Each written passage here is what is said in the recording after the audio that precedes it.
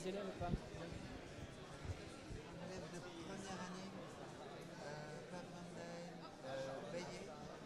On est du Cameroun et qui a une boucle de 650 € pour un qui a passé 3 ans en France, on ne sait pas.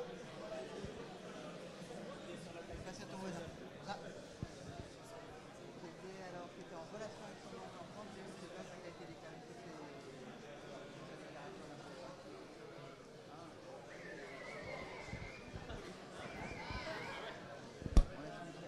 On laisse la jam se finir. L'amphi devrait être plus que plein. Alors, il y a pas mal d'élèves.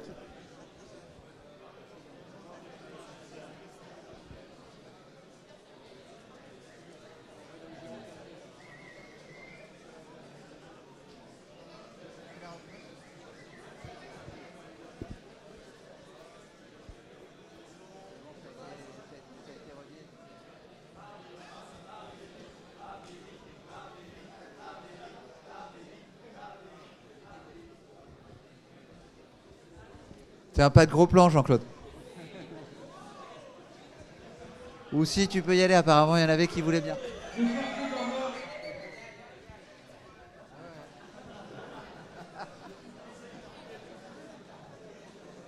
C'est impressionnant.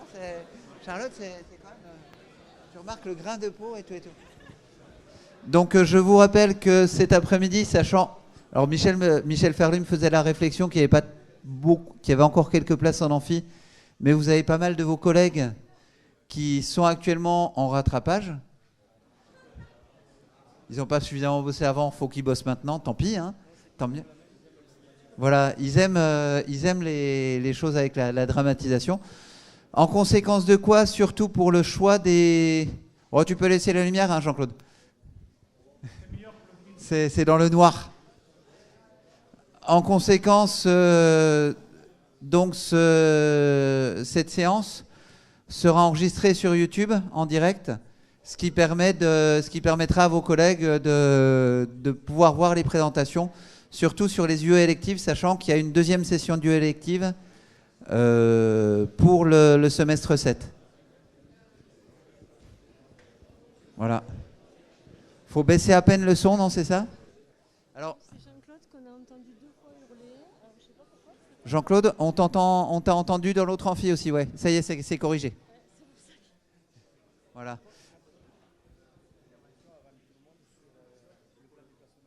D'accord. Donc pour commencer cette séance, je crois que tout le monde est à peu près arrivé. Je vous demanderai si possible de baisser un tout petit peu, parce que même les tout petits bavardages finalement, ça pollue pas mal les choix de LV2, sachant qu'on utilisait les deux amphis en parallèle. Et puis pour nous, c'est plus agréable, je dois avouer. Donc la parole à Michel Ferlu en premier sur le plan de déplacement des entreprises. Et après, nous on enchaîne sur le programme de la deuxième année. Bonjour, d'abord un mot de bienvenue. Je suis content de vous revoir. Vous avez l'air tous en pleine forme. Ouais? Ouais. Ok, bon, super. Une année nouvelle se présente à vous. J'espère qu'elle va bien se passer. Je ne sais pas pourquoi d'ailleurs. Je voulais juste dire un mot avant de passer dans les choses sérieuses, opérationnelles, sur ce que vous allez en deuxième année. Quelques mots sur le plan de déplacement entreprise auquel vous allez être confronté, être partie prenante, etc. Vous avez reçu une note du directeur, je ne sais plus quand est-ce qu'elle date, avant l'été ou juste au début de l'été, je crois, vous indiquant que peut-être il y aura des restrictions d'accès sur le site de Clavière et de Croupillac. Bien. Donc on a travaillé pendant l'été. On a regardé avec le secrétariat général le nombre de places qui étaient disponibles à destination des étudiants. Donc il y en a autant qu'avant. Il y en aura 120. Elles seront marquées. Enfin, le cercle des élèves va travailler avec vous. Je vais vous dire pourquoi. Il y a 120 places voitures sur le site de Clavière. Sur le site de Croupillac, je ne sais pas encore, mais ce n'est pas grave, parce que de toute manière, le site de Croupillac, qui devait être fermé la circulation, reste ouvert parce que les travaux sur l'Hub Créativité n'auront pas lieu tout de suite. L'appel d'offres a été déclaré infructueux parce que les entreprises ont dépassé le budget de 1 million d'euros. Bon, sur 6 ou 7, on a toussé un peu. Donc on a demandé à l'architecte de revoir sa copie. Donc ça veut dire que sur le site de Croupillac, il n'y aura pas les travaux, le bâtiment est pratiquement terminé, il n'y aura pas les travaux du hub. Ça veut dire que pendant un mois, donc tout va être ouvert. Après, on aura tracé au sol des places pour que ne rentrent sur le site, enfin dédiées aux étudiants, et ne rentreront sur le site que les gens qui seront engagés à faire du covoiturage, etc. Bon, ça ne changera pas grand-chose, sachant que pour les gens qui seront sur Croupillac 3e année, nous-mêmes, on est allé marcher, etc. Bon, on s'est aperçu que la maison des élèves Croupillac, la distance était plus courte qu'à l'Est-Paris, par exemple, vous voyez, et qu'à pied, ça se faisait très bien, notamment. Donc, normalement, il ne devrait pas y avoir de problème de parking sur Croupillac. Sur Clavière, non plus. Alors, par contre, sur Clavière, écoutez-moi, s'il vous plaît. Ce matin, les premières années sont venues à pied et à vélo. Donc, c'est faisable. OK ? Sur les bus, on a travaillé avec Keolis. Alors, il se trouve que Keolis répond à une offre. Hein, il y a eu un appel d'offres sur la communauté d'Aglo. Et Keolis, en fait, travaille pour la communauté d'Aglo et ne fait pas ce qu'il veut. L'entreprise Keolis ne fait pas ce qu'elle veut. Elle doit chaque fois, pour mettre des bus en plus ou modifier les horaires, démontrer qu'il y a un besoin. Donc, pour le moment, il y a des lignes de bus qui existent, qui passent devant la maison des élèves. Ils ont renforcé un petit peu ça. Okay. Les horaires ne sont pas forcément encore bien adaptés à vos horaires à vous. C'est-à-dire que vous aviez l'habitude d'arriver à 8h, 1, 2, 3, 4, 5, 10 en cours. Okay. Là, les horaires font que si vous prenez les bus, vous arriverez bien en avance en cours, c'est-à-dire un quart d'heure avant. Nous, on souhaite que vous preniez les transports en commun, le vélo, à pied si c'est possible, etc. Et le moins possible, la voiture. Hein, on veut rentrer dans une démarche d'éco-responsabilité dans l'établissement. D'ailleurs, la CTI, qui est la commission de titre d'ingénieur, nous le demande. Hein, c'est la commission qui délivre la possibilité de donner le titre d'ingénieur. Bien. Donc, ce que je vous demanderai, mais vous allez travailler avec tout le bureau du cercle et leur tâche ne va pas être facile que de distribuer les cartes aux gens qui devront faire du covoiturage pour entrer sur le site de Clavière. Moi, je vous demande de prendre les bus le plus possible et dès maintenant. Pourquoi ? Parce que si vous ne prenez pas les bus, Keolis ne sera pas en mesure de démontrer qu'il y a un besoin de mettre des bus entre la maison des élèves et l'école. S'ils arrivent à le démontrer, au bout on va dire d'une quinzaine de jours, ils seront capables de mettre des bus supplémentaires avec les horaires qui vont bien. Donc, vous n'aurez pas à vous lever 10 minutes plus tôt par rapport à ce que vous faisiez, mais vous pourrez vous lever 5 minutes plus tôt. Enfin bon, 5-10 minutes pour moi, c'est rien, mais enfin bon, pourquoi pas. D'accord ? Sur les places qui seront disponibles, et il y en a 120 sur le site de Clavière, on a décidé de confier ça au cercle des élèves, donc qui va récolter, je ne sais pas, cette semaine, ou peut-être que tu as déjà commencé, je ne sais pas. Hein ? Ouais. Voilà. Donc, ils vont récolter effectivement tout le besoin et essayer de répondre au mieux, d'accord, aux besoins qui auraient été exprimés pour le BDS, pour les gens qui ne sont pas à la maison des élèves, etc. Enfin, ils se débrouillent, sachant qu'il va falloir gérer les apprentis et les généralistes. Et on aura quand même un afflux d'étudiants par rapport à la situation antérieure, puisque vous savez que le site Némois est fermé, ça y est, et on a rapatrié toutes les formations sur Alès. Une partie des formations aurait dû être sur Croupillac avec le bâtiment M. Il n'est pas tout à fait terminé. Ça veut dire qu'on va camper sur le site de Clavière avec des formations qui auraient dû être sur Croupillac au bâtiment M. Voilà. Cet été, on a fait les travaux. D'un point de vue pédagogique, accueil des cours, il n'y aura pas de problème. Donc, il y aura les infras en plus, le département EMAX qui sera en plus, et puis je crois que c'est tout. Hein, voilà. Donc, on a afflux d'étudiants. Donc, le cercle des élèves va travailler avec vous et attribuera des cartes. Je ne vais pas rentrer dans le détail, je te laisserai le faire, Jean-Baptiste.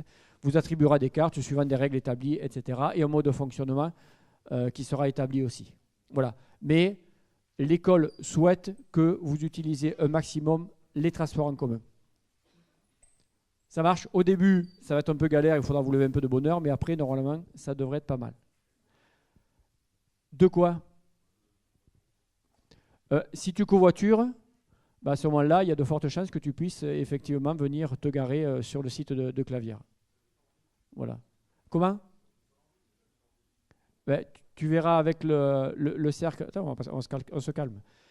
Tu verras avec le cercle des élèves, ok, si effectivement c'est prioritaire, parce que je comprends bien de toute manière que ben, vous avez découvert ça, vous êtes engagé à l'extérieur, puis vous n'avez pas forcément envie de loger à la maison des élèves.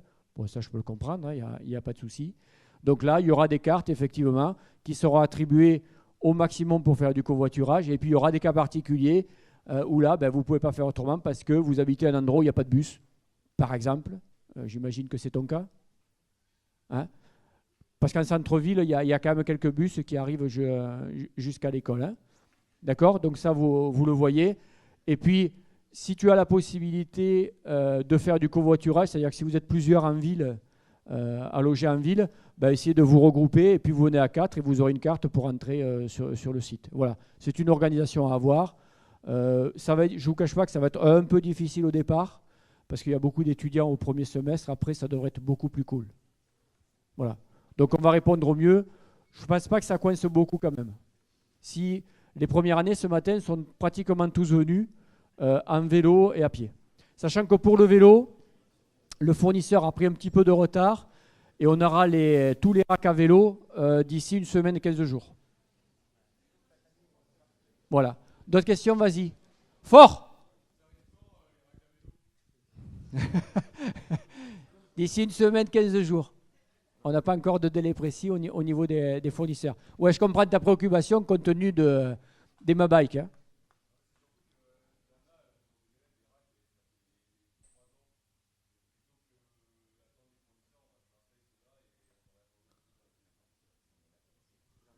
Je croyais qu'il a manqué à la maison des élèves, non?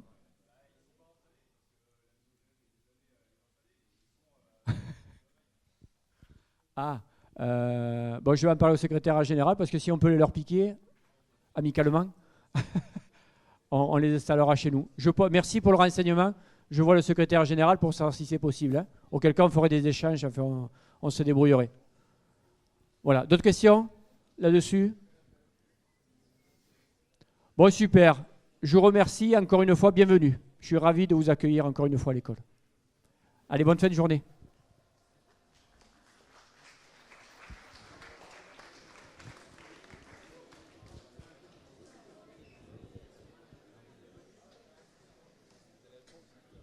C'est mieux comme ça, on y voit quelque chose. Ah, je viens, pardon. C'est un jouet, mais c'est à nous. Donc merci, bon retour à tous. J'espère que vous avez tous passé un bon stage ou une bonne expérience à l'international durant l'été, mais apparemment c'est le cas. Un petit rappel en préalable, mais ça reviendra dans le diaporama. Vous vous souvenez bien que pour tout le monde, il y a à faire des rapports de stage sur vos stages ouvriers, hein, qui sont pour le 2 octobre, dans les bonnes nouvelles. Alors les deuxièmes années admis sur titre, eux sont tranquilles, sachant qu'ils n'ont pas eu de stage. Mais vous, pour les autres, il y a ce rapport de stage à faire et à remettre à Patricia Tisserand avant le 2 septembre, le 2 octobre. Un petit détail, avec une règle, comme tous les devoirs, si c'est remis en retard, tant que c'est pas remis, c'est la lettre F. Et après, c'est comme un rattrapage, c'est-à-dire que ça arrive à eux. Non, c'est pas ça, James? Non, pour les stages, je vous le rappelle, c'est dans le règlement.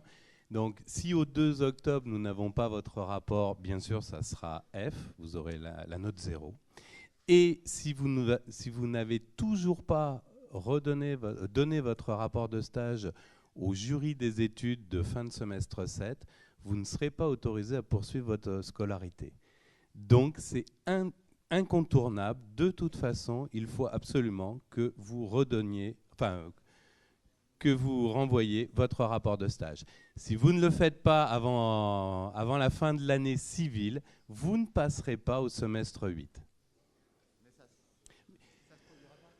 Normalement, il n'y a aucune raison que ça se produise. Voilà, il nous est arrivé par le passé d'avoir des étudiants qui n'ont pas remis leur rapport de stage ouvrier avant la fin de la 3e année. C'est con quand même. Donc maintenant, ça ne se passera plus. Ouais. Laissez parler Marine. la correction donc est répartie, les rapports de stage sont répartis plutôt sur les membres de la direction des études et de l'organisation au niveau de Clavière. Et la correction arrive d'ici décembre. Il peut arriver, si on a des rapports de stage qui ont vraiment trop de fautes d'orthographe, qu'on convoque l'élève en premier pour lui dire, bon là ça pique vraiment trop les yeux, il faudrait revoir les choses et le refaire avant que nous on puisse le corriger et le noter. Mais la plupart du temps, donc, la notation arrive au moment du jury des études. C'est bon?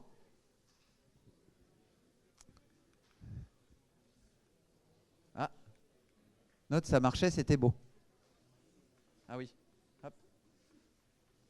Je refais, je mets en marche et j'appuie sur le bouton et ça marche mieux maintenant. Voilà. Donc là, où est-ce qu'on se trouve dans votre scolarité? Vous attaquez le semestre 7, puisqu'on partait au 1 pour la première année après le bac.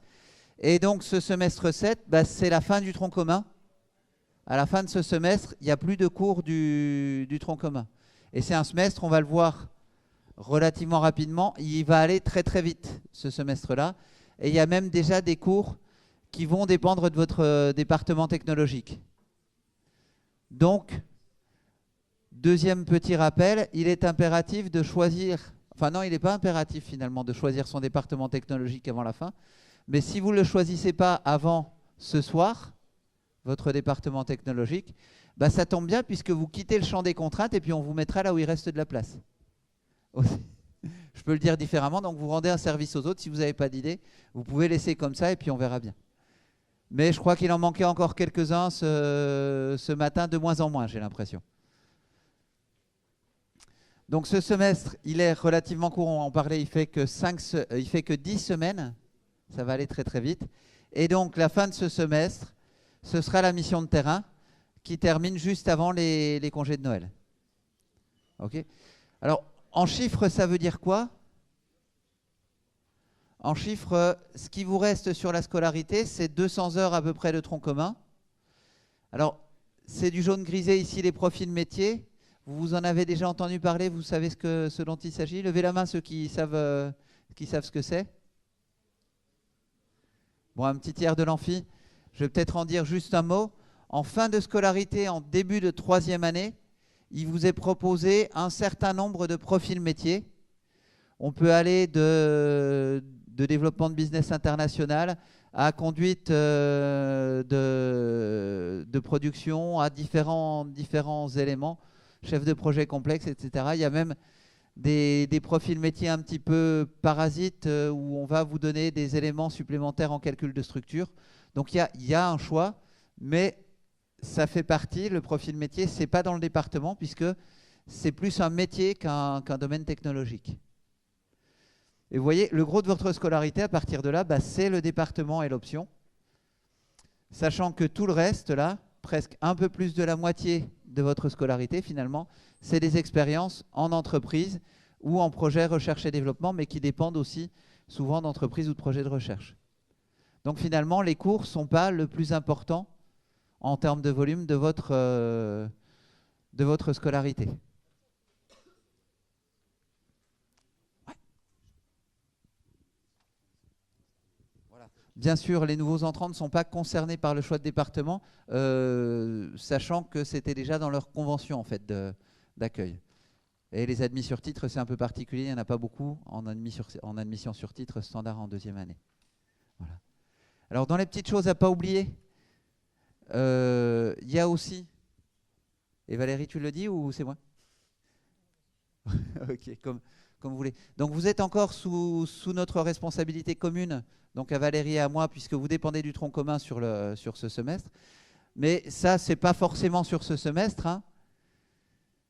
Mais vous avez l'obligation de faire, pour tous ceux qui sont français et même les binationaux français et étrangers, vous avez l'obligation de passer 3 mois de votre scolarité à l'étranger. Donc ces 3 mois, ça peut être soit un échange académique, et là il y en a pas mal. C'est bien de s'y intéresser dès maintenant parce que finalement ça va arriver très vite, les départements techno elles restent. Soit votre stage 2A ou votre projet de fin d'études. Alors je vais juste insister sur un ou deux points. Si vous voulez faire, par exemple, un contrat de professionnalisation, c'est-à-dire être en partenariat avec une entreprise en dernière année, ça se fait en France.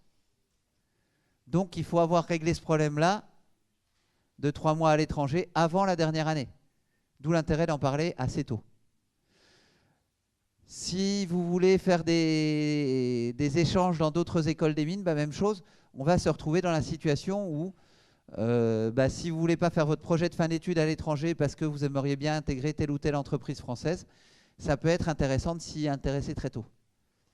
Donc on en parle un petit peu dès maintenant pour que ça rentre dans vos préoccupations du jour. Ça va pour tout le monde? Vous avez déjà des idées? Levez la main ceux qui ont déjà des idées de départ à l'étranger. Alors on a quand même un gros tiers de l'amphi qui a déjà des idées, donc c'est bon, ça progresse. Il va falloir que je pose une question plus facile la prochaine fois.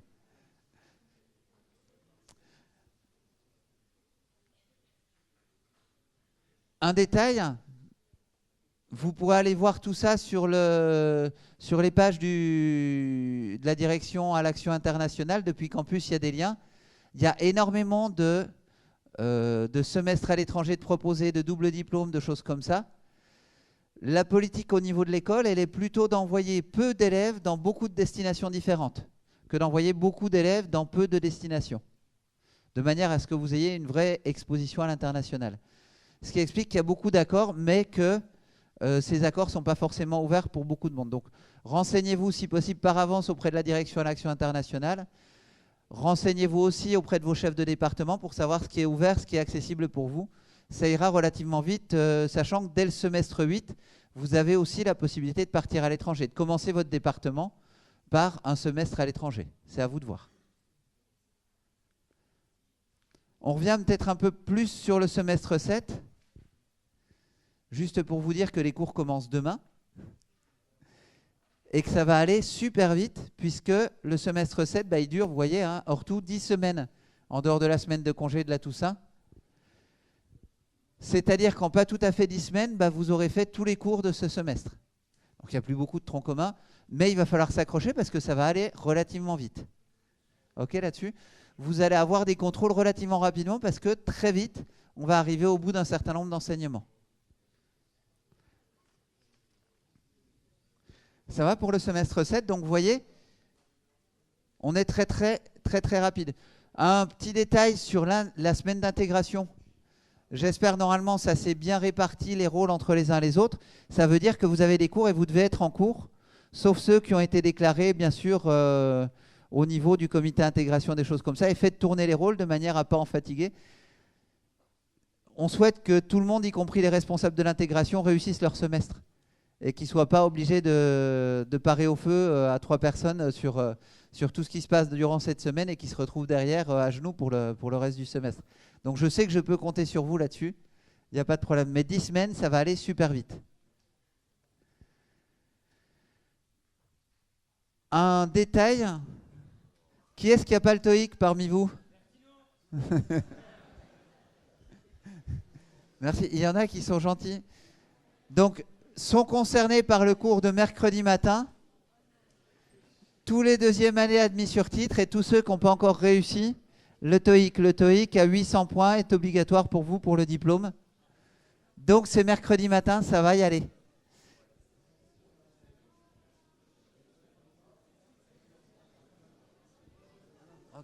Ok. Donc ce TOEIC, il va falloir s'y consacrer. Pour tous les deuxièmes années, on conserve, alors on va venir au programme d'enseignement. Pour tous les deuxièmes années, même ceux qui ont le TOEIC, il y a quand même encore de l'anglais. Alors, l'avantage, c'est de pouvoir faire autre chose, de se baser sur une pédagogie par projet, d'aller faire des choses intéressantes qui développent malgré tout votre capacité à vous exprimer, à travailler en langue anglaise. C'est ça le but. Pour ceux qui n'ont pas encore le TOEIC, ce sera à faire en sorte que vous l'ayez. Bon, j'arrête. Et il y a aussi de manière obligatoire la LV2, ça fait partie des crédits académiques. Ouais. Petite question juste pour le semestre 8, si on va à l'étranger, du coup on fait plus de stages? Alors, en effet, si vous voulez, c'est un détail. Vous n'êtes pas obligé de faire un stage si vous allez faire un semestre 8 à 30 crédits académiques à l'étranger. L'école peut malgré tout vous faire une convention de stage dans ce cas-là, parce qu'à l'issue de votre semestre 8, vous avez suivi la question, hein, semestre 8, deuxième semestre de cette année. Le deuxième semestre fait 30 crédits. Si vous le faites à l'école des mines, bah, c'est 30 crédits, dont 5 crédits pour le stage, dans les 30. Mais si vous êtes à l'étranger, souvent vous faites les 30 crédits à l'étranger. Ce qui veut dire que ça peut déborder sur l'été la période à l'étranger, vu que bah, vous n'êtes pas obligé de faire un stage. Bien entendu, on peut quand même signer une convention au titre de l'école. Donc c'est une convention de stage conseillée si vous voulez faire un stage à l'été de votre deuxième année, ou un job, mais vous pouvez partir sur autre chose, oui. Sachant que ce n'est pas inintéressant d'avoir une expérience en entreprise en plus, hein, c'est ça. Mais c'est une bonne remarque. C'était sur un peu plus loin. Et alors j'insiste, pourquoi est-ce qu'on vous embête pour savoir très très vite quel département technologique vous allez choisir? C'est parce qu'en fait, dans les cours du département 7, alors il y a ce module d'approfondissement qui apparaît 20 heures de cours qui vont dépendre du département technologique que vous allez faire, mais pas que. On a aussi ici 2 cours, donc recherche opérationnelle ou éléments finis. Oui, c'est des cours qui vont aller relativement vite parce que 13 heures, c'est pas grand-chose. 13 heures plus avec une heure d'évaluation dedans. Et suivant votre département, bah, soit vous approfondirez un tout petit peu plus, donc souvent au travers de TP ou de cas appliqués, la recherche opérationnelle, tout ce qui est optimisation, ou les éléments finis, c'est vous verrez, c'est de la discrétisation. Vous avez fait de la mécanique des milieux continus cette année? Vous avez vu des équations dérivées partielles, c'est ça? Bah, y a des ordinateurs qui sont capables de calculer tout ça, ça s'appelle la méthode des éléments finis. Donc ça se suit, hein, ça a une logique. Mais ça veut dire que votre département technologique, il est important tout de suite. Ça va? Vous retrouvez 16 heures de management de projet. Ça, c'est Simultrain. Est-ce que vous en avez déjà entendu parler? Vous verrez, c'est pas mal. C'est 2 journées bloquées là-dessus qui sont très très intéressantes. On a pris ça. Normalement, on formait des managers de projet seniors pour qu'ils passent à un niveau supérieur en termes de gestion et management de projet. Et ce truc-là est intéressant. Ensuite, c'est 58 heures. Ici, c'est vraiment en lien assez direct avec la thématique de mission de terrain que vous aurez conseiller en organisation et optimisation en entreprise. Alors, tout ce qui est Lean Manufacturing, Lean Management, méthode d'optimisation d'entreprise, c'est ce sur quoi on vous attend beaucoup en ingénierie en France. C'est ce qui permet de sauvegarder des emplois parce qu'on est plus performant là-dessus. On avait parlé, vous avez appris le taylorisme, je crois. Allez, qui c'est qui a entendu parler de taylorisme? Je vais réussir à faire lever plus de la moitié des mains. Oui, merci. Bon, bah, les prochaines étapes d'optimisation, c'est vraiment les étapes Lean. Réutilisation des personnes, capacité de sortir le plus rapidement possible des produits et des choses comme ça. Donc, c'est tous ces modules-là qui vont vous suivre et qui arrivent sur la mission de terrain. Et puis, les langues vivantes. Donc, sur 10 semaines, vous avez 217 heures de cours. Ce qui fait combien d'heures par semaine? C'est facile. 21 heures par semaine, c'est pas énorme non plus. Vous étiez plein d'une première année un peu chargée. La deuxième année est quand même plus légère, normalement en termes de volume d'heures de cours. Mais il y a du boulot et ça va très très vite. Ok là-dessus? Je laisse souffler un peu, après je réclamerai de nouveau un abaissement du niveau sonore.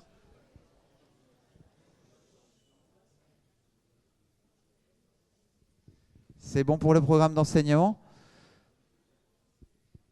La mission conseil en organisation, donc votre mission de terrain en deuxième année, elle se déroule sur cette thématique. Donc on est toujours, bien entendu, dans le principe 3 élèves qui ne se choisissent pas. C'est nous qui choisissons, hein. Toujours le même principe.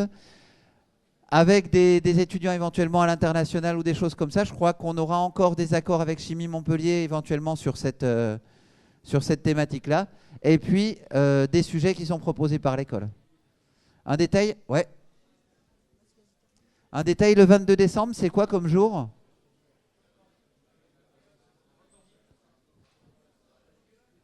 Je ne l'ai pas changé. Les soutenances se feront le jeudi. Pour vous, alors ce sera peut-être le 21 ou le 22 décembre, mais ce sera le jeudi, de manière à libérer le vendredi pour tout un tas de choses. Entre autres, pour les visites de classe préparatoires, il y en a beaucoup le dernier vendredi. Et vous aurez la possibilité de vous inscrire parce que les soutenances se feront le jeudi. Et la présentation des missions de terrain se fera aussi le vendredi préalable. S'il vous plaît, on baisse un peu le niveau, sinon Jean-Claude monte le micro. Oui, prenez bien note de ces dates. 17 novembre, 22 décembre, ça veut dire qu'à ces dates-là, vous êtes tous potentiellement loin d'Alès. Prenez pas d'engagement sur ces périodes. On ne maintiendra pas l'ensemble des groupes sur Alès. Chaque année, on a des demandes du style je passe le permis, j'ai des cours. Oui, mais vous êtes un gros pourcentage de la promo à donner des cours. Ça ne sera pas un motif suffisant pour rester sur Alès. Donc prenez bien note que sur ces dates-là, vous êtes potentiellement loin d'Alès. Ok, merci.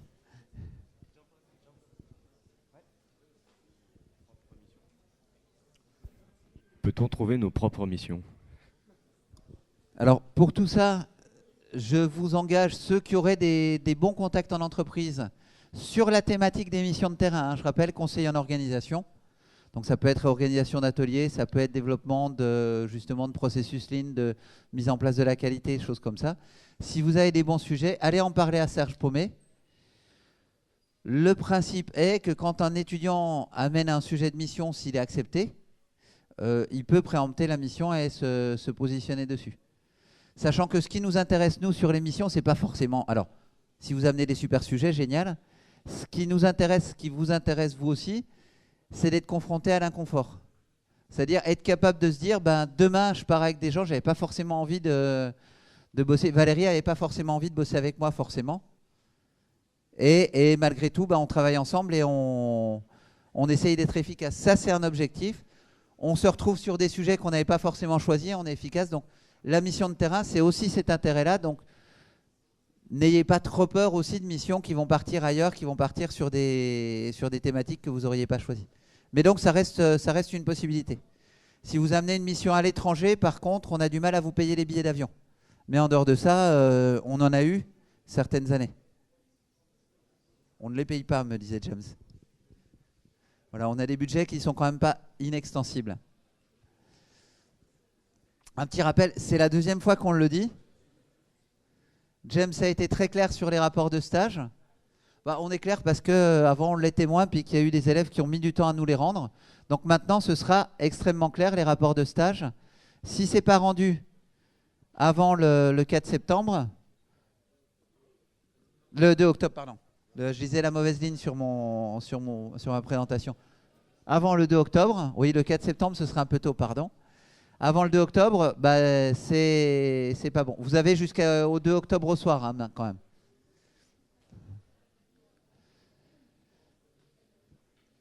Voilà, le 4 septembre, c'était là. 4 septembre, qui est-ce qui ne s'est pas encore inscrit pour ces départements technologiques? Je sais qu'il y en a. Il n'y en a plus tant que ça. Non, bah, va falloir faire. Hein. Ok. Tu peux faire. Tu sais, tu as un téléphone portable. Tu peux faire avec. Tu as pris ton choix? Tu as fait ton choix? D'accord. Ah, c'est pour ça.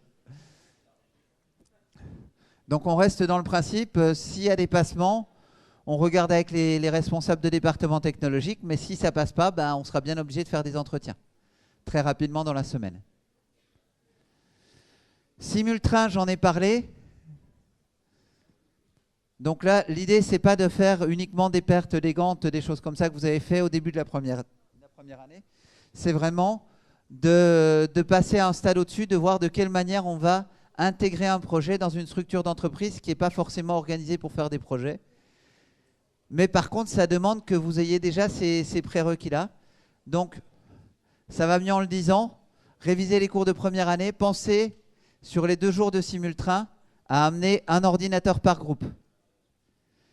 Et dernier point, il y aura des cours en parallèle de simultrain sur les autres demi-promotions. On va organiser les groupes de simultrain et les cours en parallèle en fonction d'un certain nombre de choses et de vos choix du élective. Donc les groupes changeront un tout petit peu sur cette semaine-là.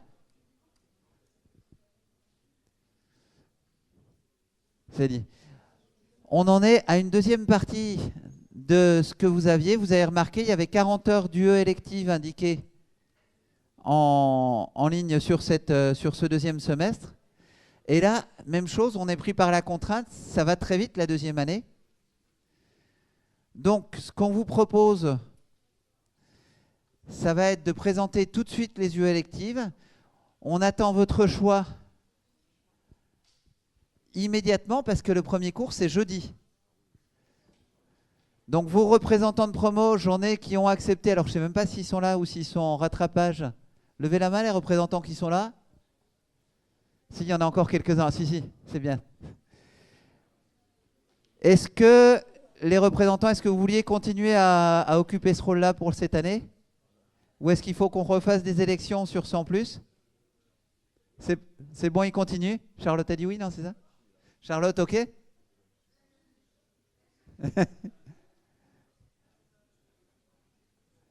Ça va. Alors, je sais qu'il y en a qui hésitaient à continuer. Oui, en effet. S'il y a des personnes qui sont intéressées par ce rôle-là, on aura quoi? On aura 3 réunions je pense, dans l'année. On peut accepter d'autres personnes. Sinon, on continue sur ceux qui sont là. Et je sais, alors comme pour l'année dernière, pour les choix d'UE électives, le principe, c'est que je fournis les listes dès qu'elles sont finalisées à vos représentants de promotion. S'ils ne réussissent pas à faire un choix, c'est moi qui ferai un choix bête. Avec Valérie, on sait faire des tirages au sort sous Excel, il n'y a pas de problème. Et on affectera comme ça. Mais le but, alors je sais qu'il n'y a pas beaucoup de places disponibles en plus par rapport au nombre de personnes, mais le but, c'est que ça se répartisse sur ces UE électives. Ok, donc inscription sur campus, ce sera ce soir, c'est ouvert à partir de maintenant. Et comme UE élective, on a ces différentes thématiques. Alors, quelques petits points de détail. Biologie et géosciences peuvent être continuées par les élèves qui avaient déjà choisi ces thématiques, il n'y a pas de problème. Ce n'est pas les mêmes sujets que ce qui se faisait l'année dernière. Par contre, sur les UE mathématiques décisionnelles et analytiques sont identiques à celles de l'année dernière. Donc, ceux qui avaient choisi cette thématique, par exemple mathématiques analytiques l'année dernière, ne peuvent pas rechoisir mathématiques analytiques cette année. Ça va, c'est clair là-dessus? Ouais. Laissez parler Savinia.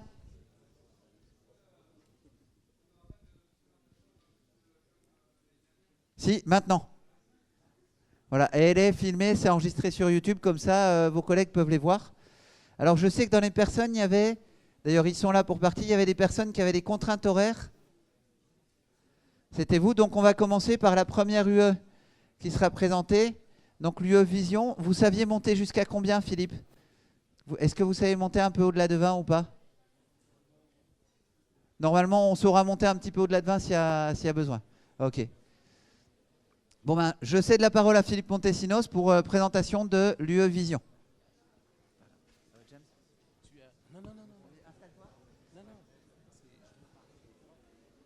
Ah ouais, pas maintenant. Je te le branche. T'as le connecteur?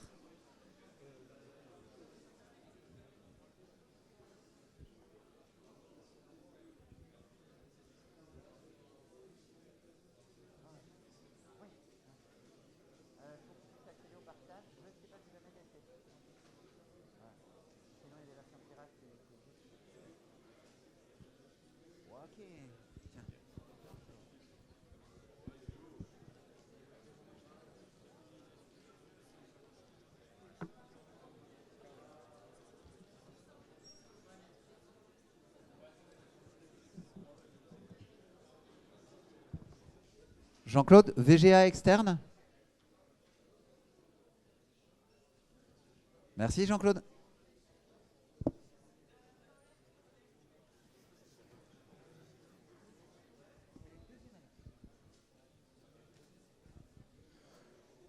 Bonjour. Bon, je vais vous présenter donc l'UE élective. Ça va être une présentation très très rapide. Je ne rentre pas dans les détails. Je vais juste vous donner quelques exemples et vous montrer un petit peu ce qu'on va faire et ce qu'on peut faire. Philippe Montesinos et Baptiste Magnier. on va faire du cours et du TP dans ce objectif. Alors l'objectif de ce cours, c'est en fait c'est présenter les techniques de traitement d'image qui sont d'actualité, en fait, qu'on utilise dans toutes les applications modernes. J'imagine que vous avez dû voir qu'il y en a de plus en plus. Et tous les jours, on rencontre des entreprises qui ont des projets, qui ont des travaux de traitement d'image et de vision. Voilà, donc on va décomposer ce cours en 4 parties. Une première partie, les bases de l'image, pour que pour qu'on se mette qu'on commence à appréhender la chose. Une image, globalement, une image, c'est une matrice, et dans chaque pixel, dans chaque point de la matrice, dans chaque case de la matrice, on a l'intensité lumineuse du pixel. Donc on va travailler sur des matrices. Donc la deuxième partie, c'est le filtrage segmentation. Donc ici, on a une matrice de pixels avec beaucoup d'informations, beaucoup de chiffres. Et vous imaginez une image 1000 par 1000, ça fait 1 million de chiffres. Donc 1 million d'informations, il va falloir synthétiser tout ça, il va falloir extraire de l'information de tout ça, une information qui soit compréhensible par des programmes pour pouvoir faire de la géométrie, pour pouvoir faire des tas de choses derrière. Sur les chiffres, sur les intensités lumineuses, on ne peut pas faire grand-chose au départ. Donc on a un premier ou du moins la partie 2 qui est filtrage et segmentation. À partir de là, on extrait de l'information de l'image et on va essayer, par exemple, dans les applications, ça va être de la reconnaissance de forme, ou ça va être de la reconstruction 3D, ou ça va être toutes les applications qui sont liées à ça. Alors essentiellement, la plupart des applications sont liées à soit la reconnaissance, soit le 3D. Voilà. Donc sur les bases de l'image, donc je ne rentre pas dans les détails, hein. Essentiellement c'est des pré-traitements, ça consiste un petit peu à améliorer l'information, à améliorer le signal de manière à ce qu'on puisse extraire des choses par la suite. Il y a aussi une petite partie compression, puisque vous verrez que tous les algorithmes de compression, par exemple JPEG, la vidéo JPEG, MPEG, etc., sont basés sur des techniques de traitement de signal. Donc sur la partie segmentation, on a un certain nombre de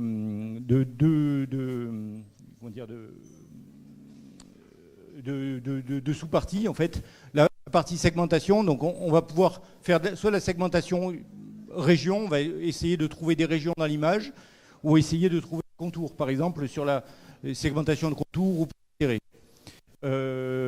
Après, je ne détaille pas les espaces d'échelle, la restauration, c'est un petit peu compliqué. Vous verrez ça au moment du cours. Alors, je vous donne juste des exemples maintenant. Donc là, sur un exemple de segmentation région. Donc ici, on a segmenté l'image en un ensemble de régions de colorimétrie à peu près identiques. Donc ici, je ne sais pas si on voit bien, oui, on voit à peu près. Donc ici, on a une image de scène d'intérieur et on va extraire des contours et des points d'intérêt qui vont nous permettre de calculer des choses sur l'image. Donc ces informations, la segmentation, c'est extraire les informations, soit région, soit contour, soit point d'intérêt. Faire des choses comme par exemple du contour perceptuel. Ici, on a le programme a vu le triangle comme nous, on aurait envie de le voir. Ensuite, sur la partie reconnaissance de forme mise en correspondance, on verra donc tout ce qui est structuration. En fait, comme on a vu précédemment, donc dans une étape de segmentation, on va récupérer une liste de primitives, une liste de segments, ou une liste de régions, ou une liste de points d'intérêt, etc. Et il va falloir les mettre en forme de manière à ce qu'on puisse travailler dessus encore et les reconnaître. Donc structuration, chaînage, approximation, etc., etc. Ensuite, au niveau de la mise en correspondance, actuellement, on travaille essentiellement avec des points d'intérêt. Donc, on va faire des descripteurs de points d'intérêt pour pouvoir les reconnaître d'une image à une autre. Et effectivement, et après, les algorithmes de mise en correspondance. Donc, je vous donne des exemples. Ici, on a un tableau qui a été vu sur 2 angles différents. Et on a été capable de mettre en correspondance les points d'intérêt de l'image d'en haut avec l'image d'en bas. Donc Ici, c'est de la reconnaissance d'objets. Donc on extrait, toujours pareil, on extrait des points d'intérêt et il faut arriver à retrouver la sous-partie d'une image dans une autre image. Donc sachant par exemple qu'un modèle d'objet comme la voiture va être décrit par une vingtaine ou une trentaine ou une quarantaine d'images qui ont autour de l'objet, et on va essayer de retrouver toutes ces imagettes dans l'image, dans la grande image. Enfin, sur la 3D, cette fois-ci, on va essayer de faire de la vidéo comme nous, avec deux yeux. Avec deux yeux, on arrive à voir le 3D. Si je me cache un œil, je vais avoir essentiellement un monde plan, et avec les deux yeux, on arrive à retrouver le 3D. Donc on va faire exactement la même chose avec des caméras. Donc sur le 3D, on aura une partie calibration. Les caméras, il faut les calibrer de manière à pouvoir faire de la mesure derrière. Et puis après, on va faire de la reconstruction. Voilà. Tiens ton micro ici parce que l'émetteur est là. Donc là, un exemple, cette fois-ci, c'est de la mise en correspondance et du 3D. Donc ici, on a extrait un certain nombre de points d'intérêt qu'on a mis en correspondance dans la deuxième image. Et à partir de là, on a été capable de calculer une homographie de plan qui permet de passer de la première à la deuxième image. Donc ici, on a quasiment le 3D. Voilà. Donc une autre application, c'est la réalité virtuelle. C'est assez à la mode aussi en ce moment. Donc ici, on a un modèle d'objet. On a effectué une mise en correspondance entre le modèle d'objet qui est à gauche en bas avec l'image. Et à partir de là, on est capable de retrouver un modèle, de recaler un modèle en fil de fer dans l'image initiale. Et après, on peut éventuellement pouvoir insérer quelque chose, insérer un modèle, insérer une image, insérer quelque chose en plus. Et enfin, de la reconstruction 3D, j'imagine que vous avez tous été au cinéma et voir des films en 3D. Et à partir de là, à partir de deux images par exemple, on peut faire, on fait une mise en correspondance. À partir de cette mise en correspondance, on va s'auto-calibrer par exemple sur les points d'intérêt, sur les points qui ont été mis en correspondance. À partir de là, on retrouve la position d'une caméra par rapport à l'autre. On refait on fait de la triangulation et on remonte à l'information 3D. Voilà. Donc, peut-être si vous avez des questions. On peut prendre une ou deux questions si vous voulez. Je peux rajouter quelque chose, c'est que les TP seront sous MATLAB et il y aura peut-être quelques petits projets qui rajouteront des points pour la note finale au sein des TP. Ok. Et cas particulier, donc vous n'avez pas le premier jeudi. Ce jeudi, vous n'êtes pas en cours parce que vous êtes en conf à l'international. Et par contre, on rajoutera un jeudi après-midi en compensation pour que vous ayez quand même le temps prévu là-dessus. C'était ça? Merci à vous. Bravo. Ok,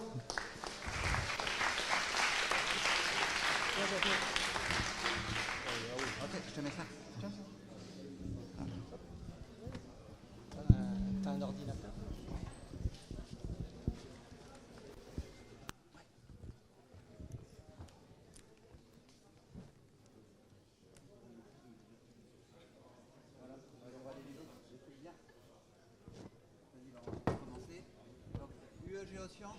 Donc,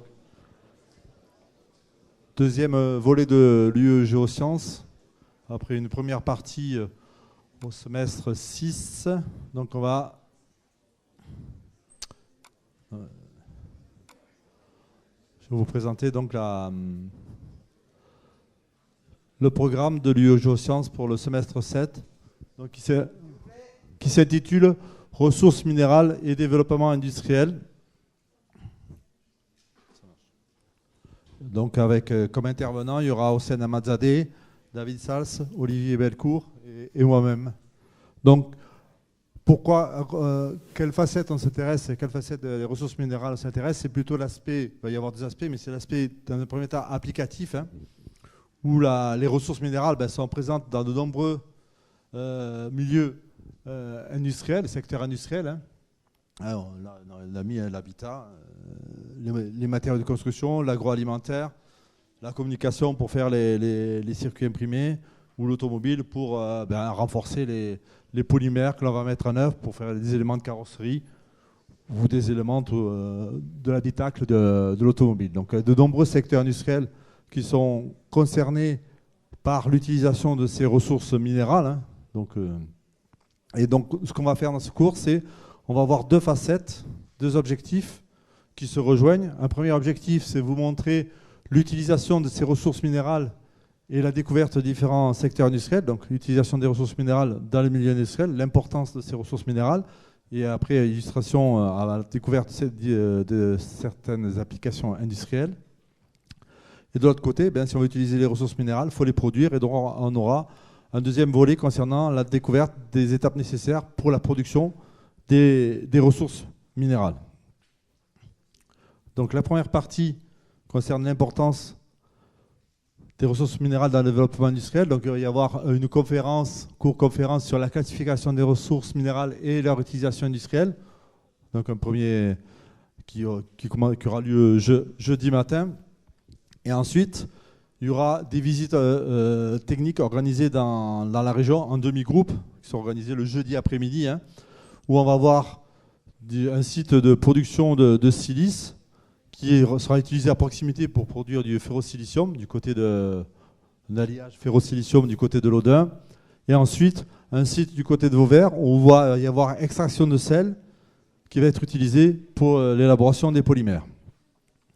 Donc cette partie de cours, il y aura ça, cours, 2 visites, et l'évaluation se fera par une présentation orale des visites techniques selon un cahier des charges qui vous sera présenté par Hossein Ahmadzadeh. La deuxième partie, production des ressources minérales, donc c'est un peu basé sur des cours basés sur l'auto-apprentissage et classe inversée. Donc vous aurez une partie, vous aurez à vous approprier le cours. Et après, il y aura un débriefing avec les enseignants pour faire le point de ce que vous n'avez pas compris ou des compléments par rapport à ce que vous avez vu dans le cours.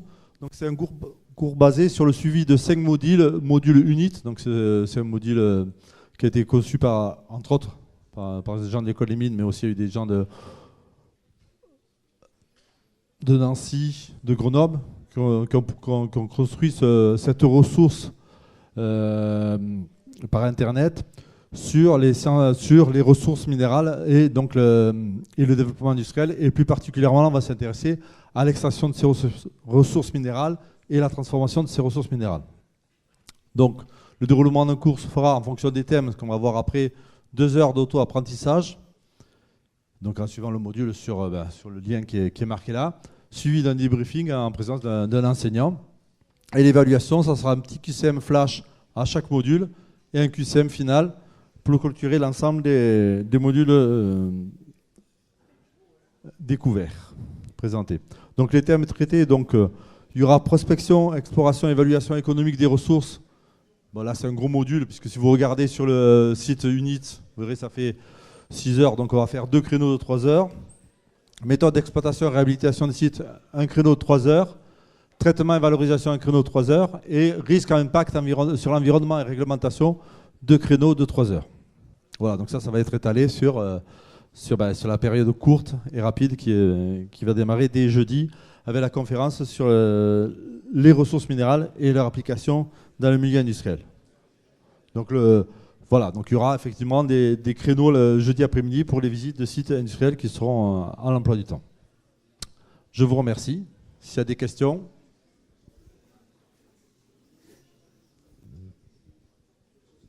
Merci.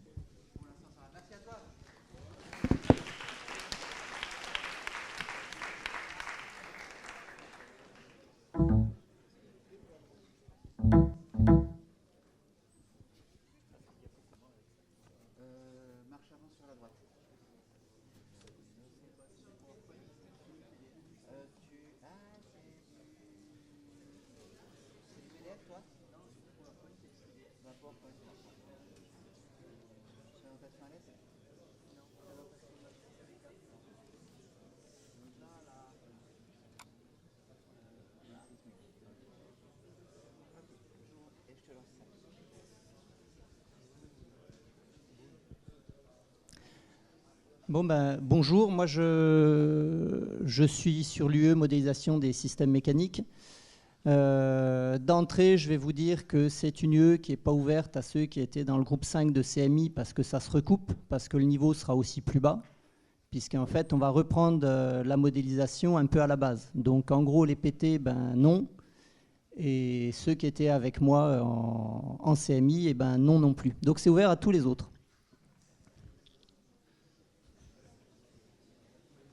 Vous êtes là pour apprendre des choses, donc c'est pas la peine de faire 2 fois la même chose.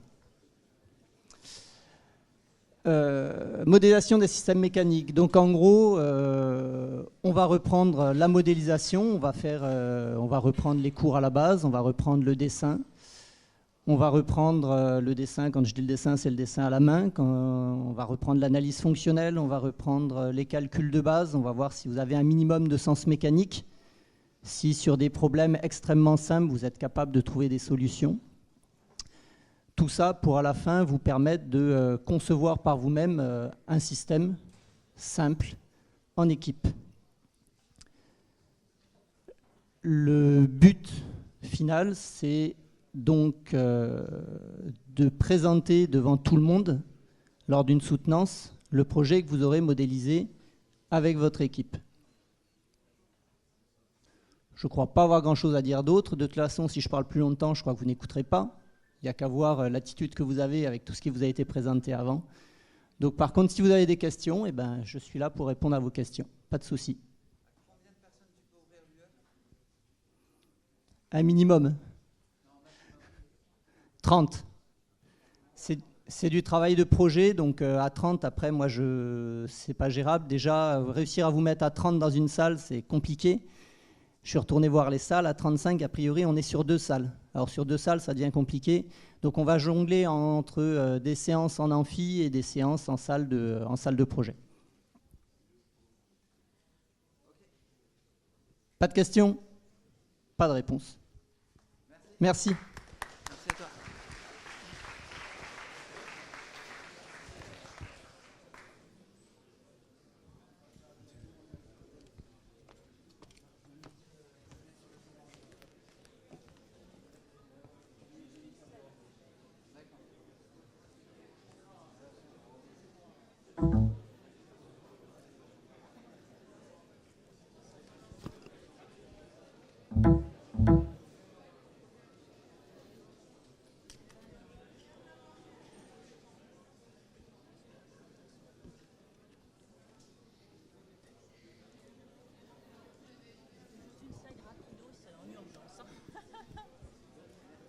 Oups.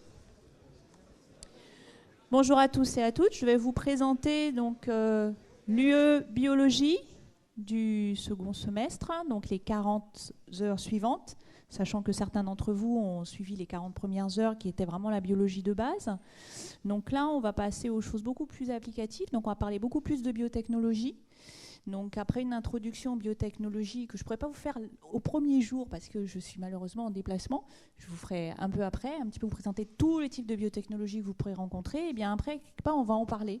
Donc on va parler notamment des biotechnologies qui utilisent les micro-organismes, qui utilisent les animaux, qui utilisent les végétaux, pour des applications dans des domaines très variés qui vont de la santé à l'environnement, en passant par l'agroalimentaire. Et on va aussi parler de génétique de l'évolution. Donc génétique des populations, comment est-ce qu'au niveau génétique, en fait, on peut avoir des traits qui sont marqués et qui restent. Donc voilà, et au milieu de tout ça, vous allez avoir aussi un travaux pratique qui va être fait avec monsieur Luc Malotier. Il va s'étaler sur plusieurs jours, donc ça va vous prendre à peu près 10 heures sur le module pour ce travaux pratique. Donc à la fin, il sera bien sûr sanctionné par une note, hein, parce qu'il faut forcément une note.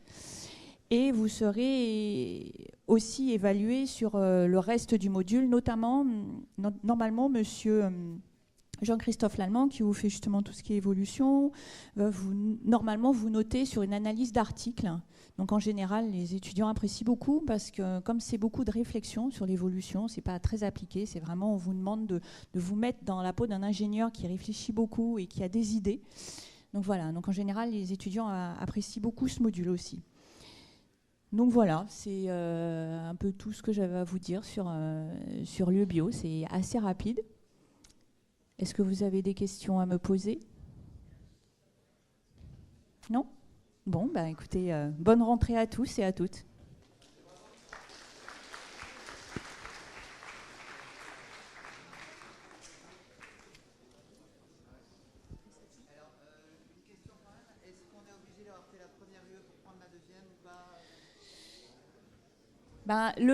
C'est vrai que si vous avez suivi la première UE, ce serait quand même beaucoup plus facile pour la deuxième partie, hein, parce que dans la première UE, on voit vraiment toutes les bases de génétique, de biologie moléculaire, pour pouvoir comprendre comment est-ce qu'on peut faire pour découper ces petits génomes pour en faire des applications industrielles.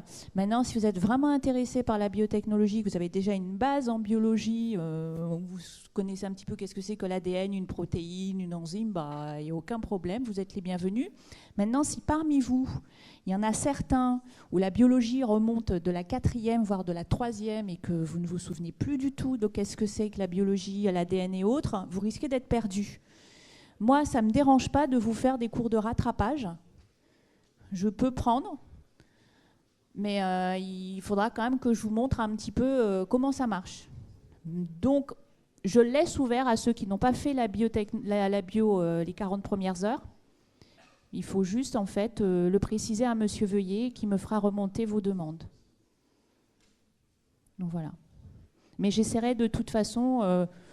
vous pouvez demander à vos collègues. J'essaie d'être le plus souvent pédagogue et j'essaie aussi d'avoir un cours très participatif de votre part. C'est-à-dire que moi, personnellement, quand je fais mon cours, je fais ce qu'on appelle la classe renversée. C'est-à-dire que je vous donne des plans, je vous donne de l'information et ensuite on travaille ensemble, sachant que vous n'aurez pas que moi, vous ne m'aurez pas souvent.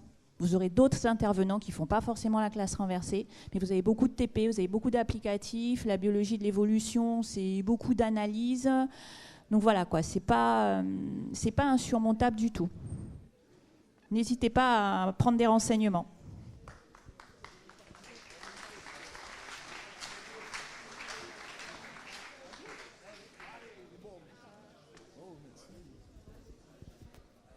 Voilà, me forcer.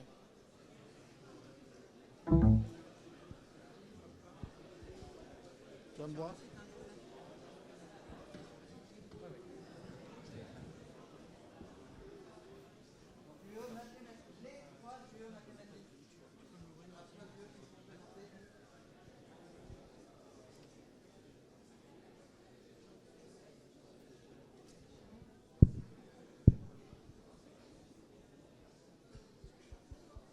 Ça s'agrandit la famille, hein? Ça s'agrandit là maintenant. Hein? En fait, ça fait un mélange.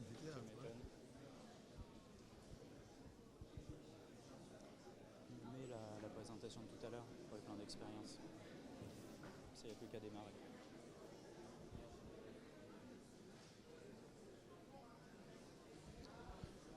Juste d'abord, bonjour à tout le monde. J'espère que vous avez passé de bonnes vacances, mais à vos mines, je crois que c'est très bien. Quand Gilles sera prêt, on va vous envoyer donc les UE mathématiques. Comme disait Jean-Paul, on s'est enrichi d'une nouvelle UE cette année, mais elles sont toutes les trois structurées de la même façon, pour qu'on s'y retrouve. Alors, au départ, celui qui a choisi l'UE mathématiques l'année dernière peut en choisir une cette année. Il suffit que ce ne soit pas la même. Voilà. Donc, il a encore deux choix, puisque nous en aurons trois.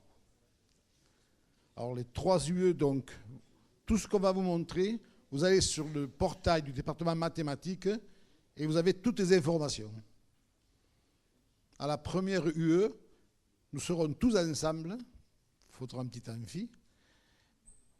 Et on va vous expliquer exactement le fonctionnement en détail de notre UE, puisqu'il s'agit d'une pédagogie, semi-pédagogie inversée et un peu didactique en présentiel et à distance.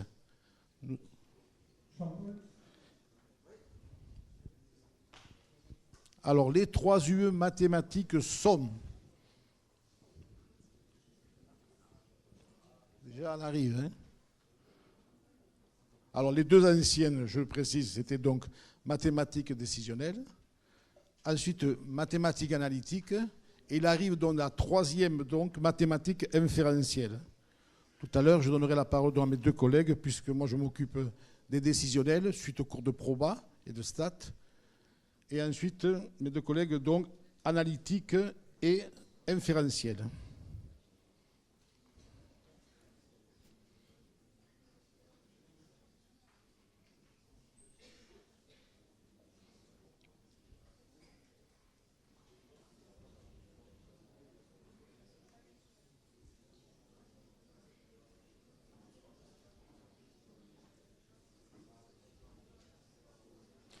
Alors, tout d'abord, cette pédagogie, vous avez une base de données qui est sur le portail. Cette base de données, donc, il y aura 3 modules. Sur ces 3 modules, on va vous donner un projet de recherche. Vous allez travailler donc en triplé. Ce projet de recherche, vous le menez donc pendant toute la durée de l'UE. Et à la fin, donc, il y a un jury, avec présentation habituelle, donc, un petit rapport écrit, et un jury, donc, de 3 profs de maths. Chaque projet est encadré par un prof de maths à votre disposition. C'est pour ça que je dis qu'il y aura du présentiel et à distance. À distance, parce que vous aurez donc une base de données, un projet bien défini, et vous travaillerez avec un prof, soit en présentiel, soit en distance. Vous choisirez, comme on fait dans la vie.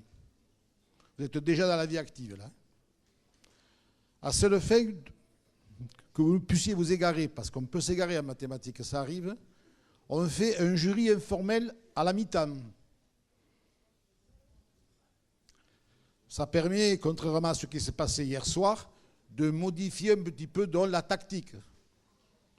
Et la mi-temps, ça sert à ça. On vous dit à ce jury informel, attention, vous êtes mal parti, vous auriez mieux faire ceci, cela, on rectifie un petit peu. Donc c'est une aide, continuellement on vous aide. Pour arriver, donc, pour déboucher sur un projet de recherche en mathématiques abouti. Voilà. Ce qu'on a oublié de faire hier soir, parce qu'on aurait dû normalement gagner le Luxembourg. Mais on n'a pas changé la tactique. Bon, je vais me plaindre parce que mes jeunes informaticiens... Ah. HDMI externe. C'est normal qu'on voit plus rien. Ah, ça démarre. Non, mais ça reviendra pas forcément là. C'est bon.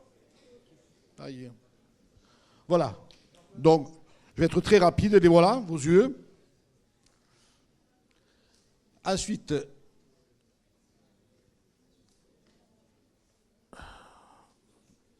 ce soir rentrant, vous pouvez très bien aller et cliquer. Alors, l'UE mathématiques décisionnelle, donc elle s'appuie sur 3 modules, théorie des graphes, méthode prévisionnelle, phénomène stochastique, analyse de données.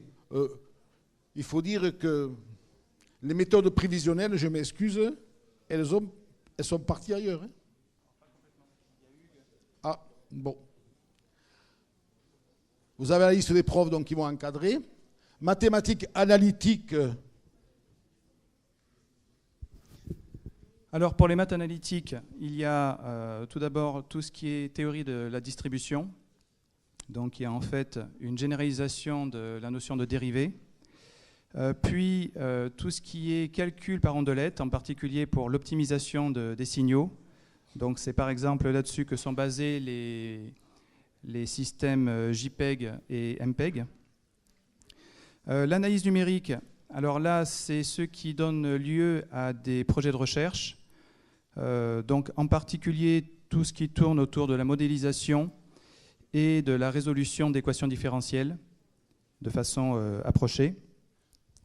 En géométrie différentielle, c'est tout ce qui est en rapport avec principalement l'analyse et la structure des courbes et des surfaces.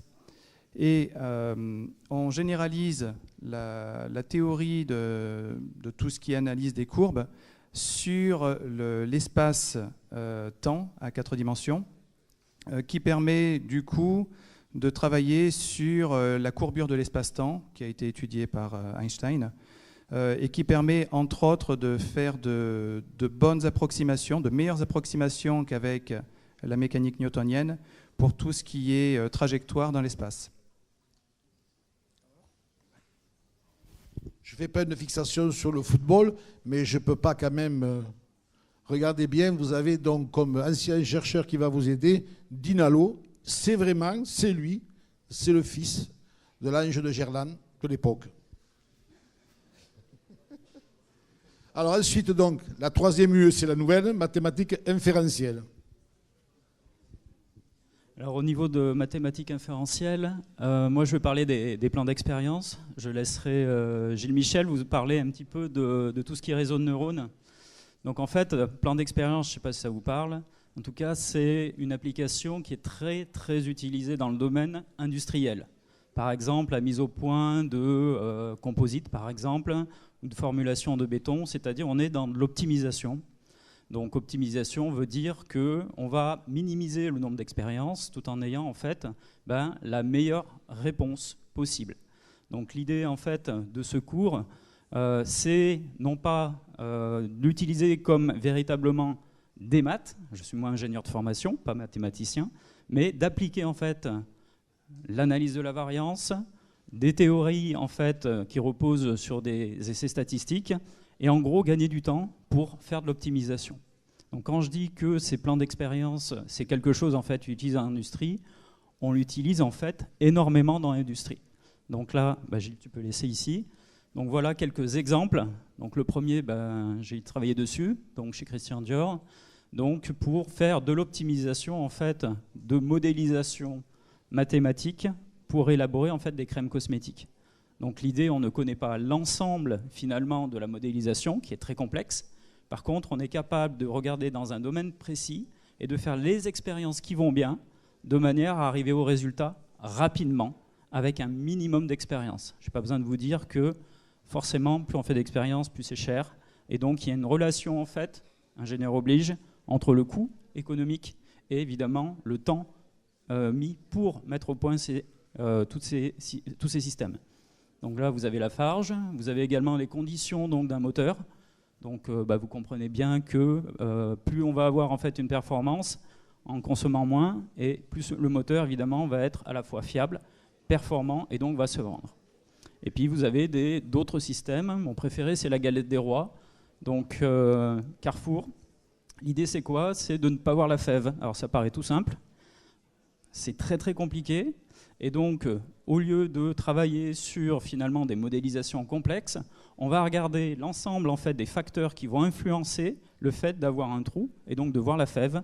Et vous savez bien que si on voit une fève dans une galette, c'est mort. Donc l'idée, c'est les conditions opératoires, les conditions de process, et ça, c'est adaptable, vous voyez, à l'alimentaire, à l'agronomie, à tout ce qui est automobile et également au génie civil. Voilà. Tu peux passer. Tout le reste, on en parlera plus tard. Alors, par rapport à cette troisième UE mathématique, donc mathématiques inférentielles, il y a également tout ce qui est en rapport avec les réseaux de neurones. Les réseaux de neurones artificiels, qu'on verra sous deux aspects. Un premier aspect qui est optimisation d'un modèle, et un deuxième aspect qui est le plus commun, qui permet de modéliser n'importe quelle situation sans connaître le modèle qui est derrière. Alors ça, en général, quand on vient à vouloir modéliser un système, on a déjà une idée de la façon dont on va le modéliser. Et là, les réseaux de neurones permettent de modéliser sans avoir aucune idée et uniquement en se basant sur une base de données. Et le réseau va faire un apprentissage sur ces données. Et à partir de là, il va lui-même deviner le modèle qui est derrière. Voilà. Voilà. Juste un mot pour la notation, quand même, ça compte. Vous avez vu qu'il y avait donc plusieurs modules, 4 modules par UE. Il y a des modules qui sont producteurs, disons, de projets de recherche, d'autres non. Par conséquent, il y a un QCM qui est donné sur les 2 modules sur lesquels vous n'avez pas le projet de recherche. Et le projet de recherche donc aussi a une grosse notation, bien entendu, par rapport au QCM. Et c'est l'ensemble qui donne la note. Tout ça, vous avez les détails donc et les syllabus sur le portail mathématique. Est-ce que vous avez des questions?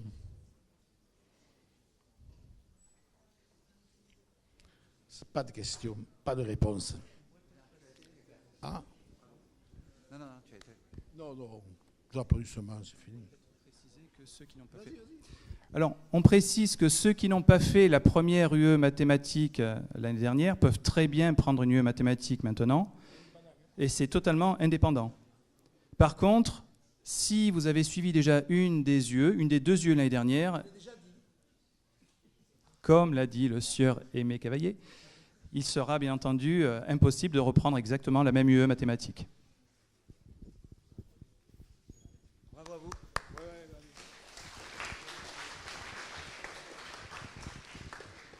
Donc, on a des problématiques de calage d'emploi du temps parce que la présentation de l'UEO se fera à 17h40. Je vous propose une courte pause, d'autant qu'il fait environ 38 degrés en haut de l'amphi, je sais. Si vous pouvez laisser les portes ouvertes de manière à ce que ça aère un peu. Donc tout le monde peut revenir à 17h40 pour la présentation de la dernière UE. Si vous voulez discuter avec les représentants des UE, ils sont là. Il y a possibilité d'échanger.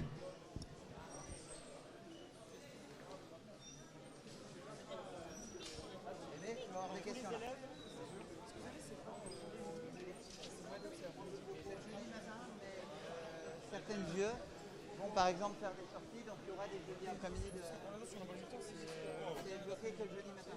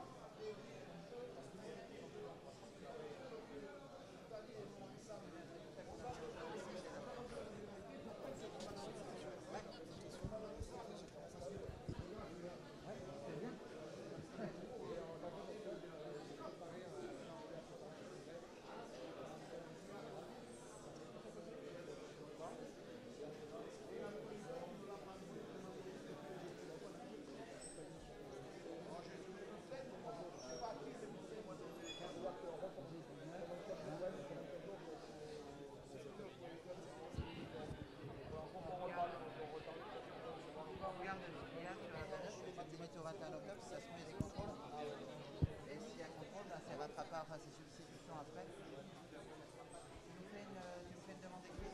Ouais. Comme ça, je traite quand je peux. C'est que toi? Ouais, c'est que pour moi. Non, c'est pour moi.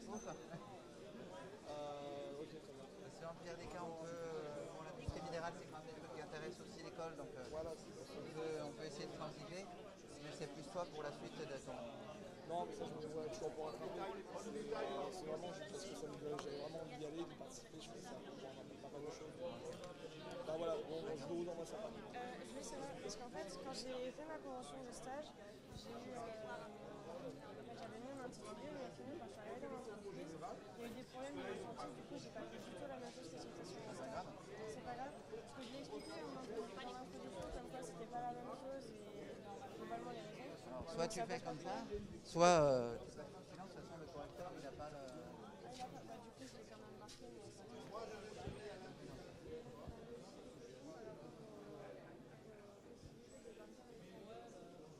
alors peut-être voir tout un truc avec Serge Jacquet, vous avez...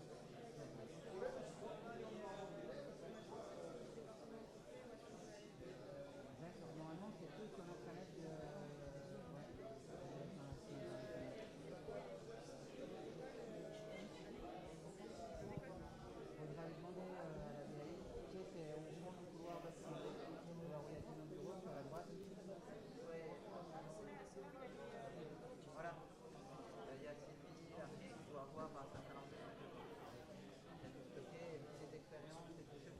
Partie pour les rappeler éventuellement si on a des étudiants. Et les cursus qui sont proposés qui sont intéressants. Voilà.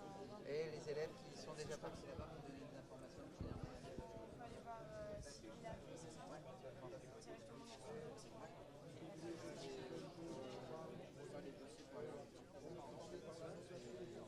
va se faire. Alors, là, tu arrives après la bataille.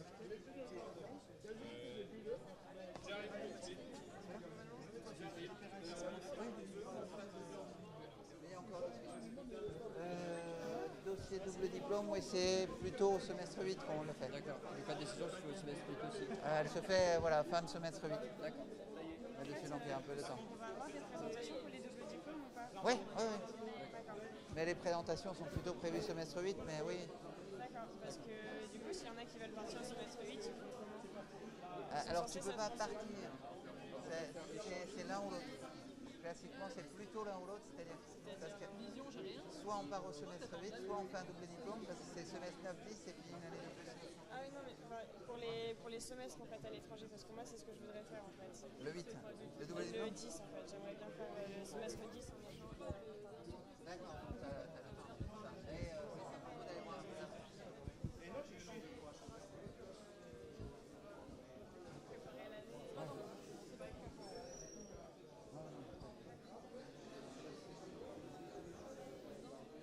Alors, j'en pose une si vous partez un petit peu.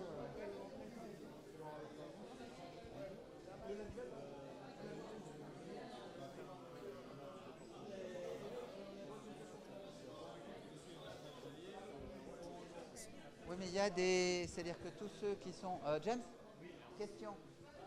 Donc, tous ceux qui sont admis sur titres internationaux sont déjà sur un programme avec un département. Ah oui, oui. Et ils ne sont pas dans les quotas. Et même Et les admis sur titre, sur titre, c'est ton cas, hein, français? Oui, Oui, non, mais dans les oui, c'est... Vous êtes hors des quotas du département. Hein. C'est ceux qui sont admis sur titre. Voilà. De Montpellier. Ouais, c'est ça. Vous êtes affecté, vous savez où vous allez. Hein. On ne va pas vous changer, on ne va pas vous faire faire du génie civil. Il y a des Master O, des tickets santé qui vont en EMAX, Master O, c'est en bureau. Il y a d'autres. Toi, c'est Montpellier. Oui, mais quel master? C'est le master Ah. bâtiment énergie. Vous êtes, non, mais le master, vous venez de quel master? Archi, c'est génie civil, bâtiment énergie. Ils sont numéros ensemble. Alors, les deux, c'est du 30 com, hein. Allez-y. C'est là, vous êtes. Il n'y en a pas de c'est à vous de voir. Il faut poser des questions alors, aussi. Hein. Peut-être des yeux de maths, vous risquez d'être un peu en difficulté. Mais sinon, les géosciences, vous pouvez. Non, vous êtes là, il faut que vous en fassiez une. Cette UE-là, au choix, elle est vraiment indépendante. Vous avez envoyé, vous avez envoyé quand vous en avez elle est dans l'UE.